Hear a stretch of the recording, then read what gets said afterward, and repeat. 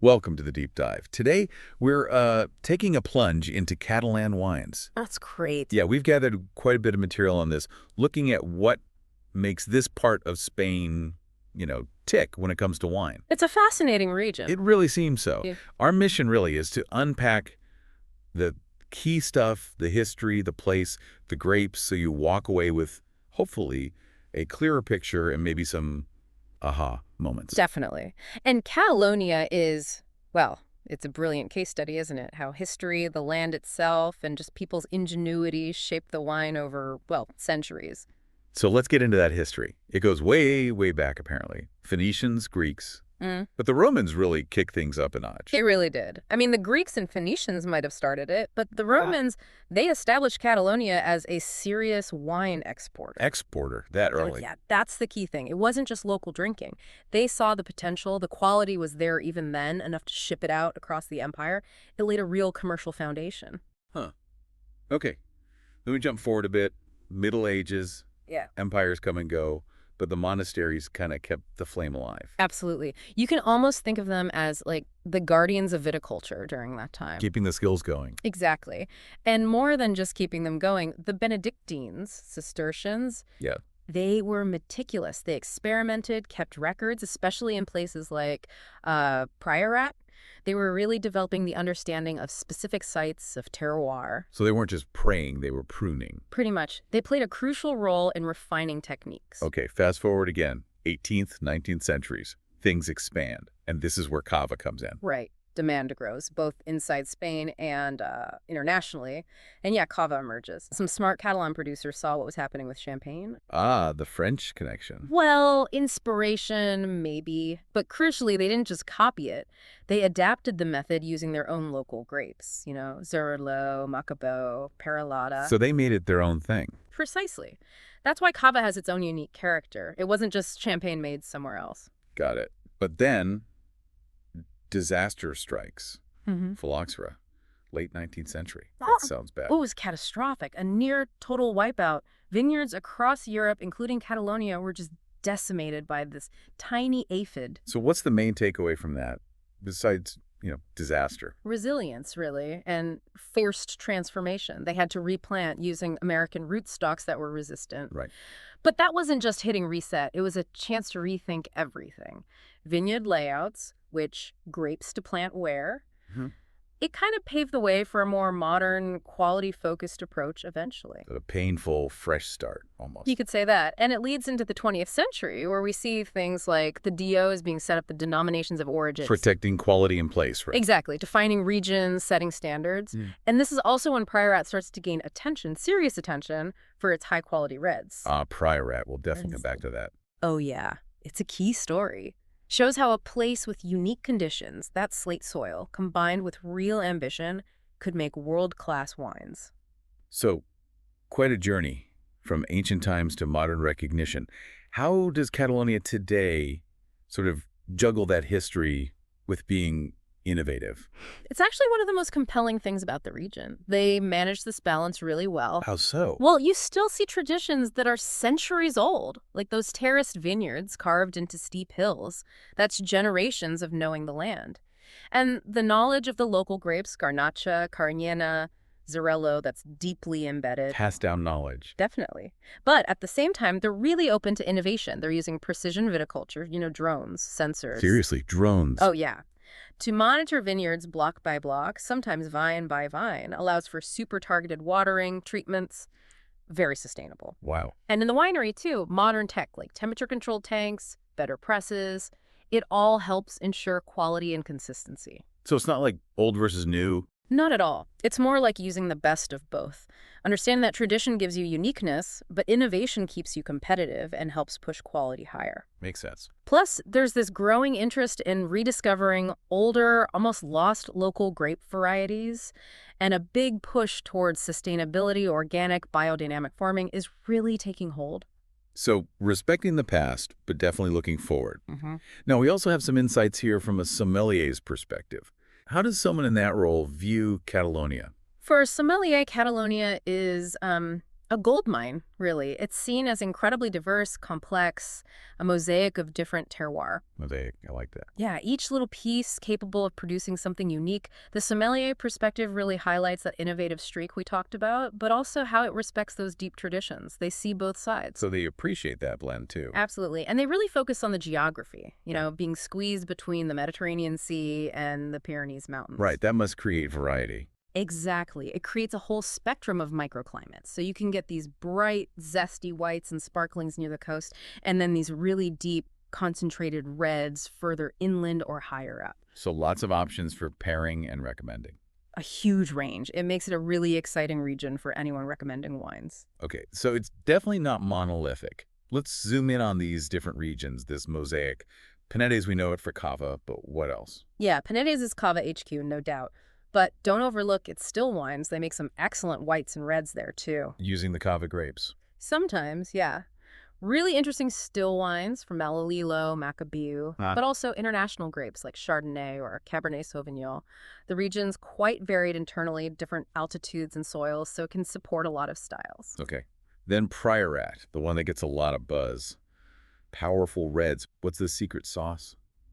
Licorella. It mostly comes down to that unique soil. The slate. Yeah, this black fractured slate. It doesn't hold water well. It reflects heat. The vines have to struggle, dig really deep. Sounds tough for the vines. It is. And that means really low yields, but the grapes you get are incredibly concentrated. Mostly Garnacha and Carignana. Combine that soil with steep slopes, old vines, the climate. Boom. Intense, mineral, complex wines. Worth the hype then. Often, yes. Very distinctive. And right next door, there's Monsant. Similar, but different. Kind of like Priorat's slightly more laid-back cousin, maybe. Yeah. It surrounds Priorat, shares the Garnacha and Carignana focus, similar climate. Mom. But the soils are more varied. You still find some Licorella, but also clay, limestone, sand. So the wines, while still having that Mediterranean power, can be a bit maybe rounder, more approachable, younger. Often great value, too. Good to know. Okay, heading southwest.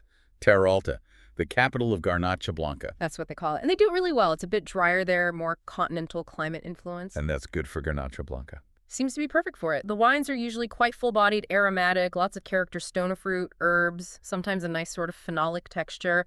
Really distinctive white wines. Interesting. Then Costers del Segre. Sounds fragmented. It is, geographically. It's spread out along the Segre River, different pockets with quite different conditions, climate, altitude, soils. So what kind of wine comes out of that? Variety. That fragmentation actually encourages innovation, experimentation. You find crisp whites, rosés, sturdy reds, international grapes, local ones. It's a bit of a winemaker's playground in some ways, less constrained by one single identity. Right. And finally, Emporda. Up in the northeast, sea wind.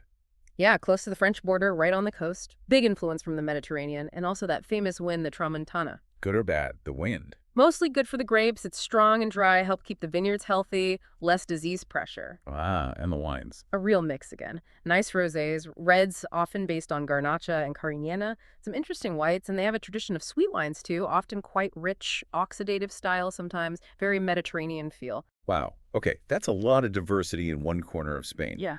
Let's talk about the terroir itself then. The climate, geography, soil. How does it all knit together? Well, the big picture is the Mediterranean climate, right? Warm, dry summers, mild winters. That's the baseline. But it's not that simple. Not at all. Because the topography is so varied. You've got coastal plains, rolling hills, steep mountains. That creates loads of different microclimates. Altitude is huge. Go higher up, it gets cooler, preserves acidity, develops different aromas. And the soils we touched on, the Licorella, but others too. Absolutely critical. Penedes has a lot of limestone and clay, good for freshness, minerality, holding water. Priorat has its slate, giving intensity. Monsant has a mix, Terra Alta too. The soil type really shapes the wine's texture and flavor profile. Can't forget the wind and sun. Nope. The Tramontana we mentioned is key for health in certain areas. And of course, you need that reliable Mediterranean sunshine to get the grapes fully ripe, develop those sugars and flavors. It's this whole complex dance of factors. A fingerprint, like you said. Yeah. So let's get to the grapes themselves, the stars. Lots of local heroes, it seems, but some international players, too. Start with the white Cava trio. Macabeo, Cerolo, Perlada. What does each one do? Okay, so Macabeo, sometimes called Vura elsewhere, that usually brings the fruit, maybe some floral notes, good acidity. It's often the biggest part of the blend. Right. Cerolo Bolo, often seen as the powerhouse, gives structure, body, complexity. It has this unique sort of herbal, slightly earthy note sometimes. Ages well, too. Increasingly popular for still wines on its own. Okay, structure from Zerlo and Perilata. Perlata adds the finesse, the elegance, usually grown higher up. It brings delicate floral aromas, bright acidity, lightness. It kind of rounds out the blend. A real team effort then. Definitely. And Yeah. as we said, Macabeo and especially Zerlo are making really exciting still white wines now, too, showing what they can do outside of bubbles. Cool. Now for the reds. Garnacha and Carignana, seemingly the backbone of Priorat and Monsant. Very much so. Garnacha, or Garnatza as they say, loves the warmth, gives you generous red fruit, raspberry, strawberry, sometimes a bit of spice, alcohol, lots of body. A main player. Often, yeah. Yeah. Carignana, or Samso, is its classic partner. It adds structure, tannins, acidity, darker fruit flavors, maybe licorice or earth. It really gives the wines their backbone for aging. They work brilliantly together. A dynamic duo. But it's not only local grapes, right? International varieties pop up. Oh, yeah. Cabernet Sauvignon, Merlot, Syrah, Chardonnay. They've been planted for a while now in many regions. Why? Just market appeal? Partly that, sure. Familiar names help internationally, but they also thrive in certain spots and can add different dimensions to blends, structure from Cab, softness from Merlot, spice from Syrah, and you see some really good single varietal wines from these grapes too. Just adds another layer to Catalonia's diversity. Shows they can do it all, really. Okay, my favorite part. Food. Catalan wine, Catalan food. Sounds like a natural fit. Oh, it's a perfect match. They grew up together. So give us some examples. Cava. Cava is brilliant with tapas, all those different little bites, salty, savory, fried.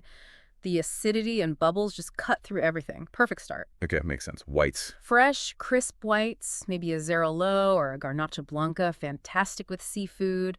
Grilled fish, shellfish, straightforward and delicious. Rosados. Rosés. Versatile, good with maybe rice dishes like paella, salads, even lighter grilled meats. And the big reds. Priorat, Monsant. Now you're talking grilled lamb, hearty stews, game, anything robust. Those wines have the structure and intensity to stand up to big flavor. Got it. And sweet wines. Yeah, those traditional sweet wines, often Garnacha-based, lovely with nutty or fruit-based desserts, or even some strong cheeses. Sounds like a delicious exploration. Yeah. Okay, so wrapping this up, we've covered a lot. History, innovation, incredible regional diversity, unique grapes. Makes me wonder. Yeah. Well, Cava's reputation is huge, obviously. Yeah. But how can Catalonia maybe, I don't know, further boost its image for still wines globally, especially the high-quality distinctive ones? What's the next step?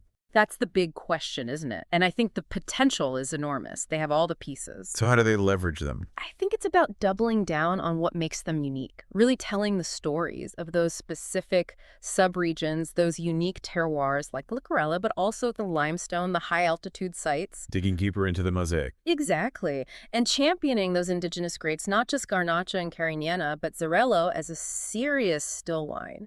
Garnacha Blanca, Trepat, maybe some of those rediscovered ancient varieties, emphasizing their unique character grown in these specific places. So moving beyond just the Cava fame. Building on it, showing the world that the same commitment to quality and identity that made Cava famous runs just as deep, if not deeper, in their still wines. It's about connecting wine lovers to the specific patch of ground and the ancient vine that produced that unique bottle.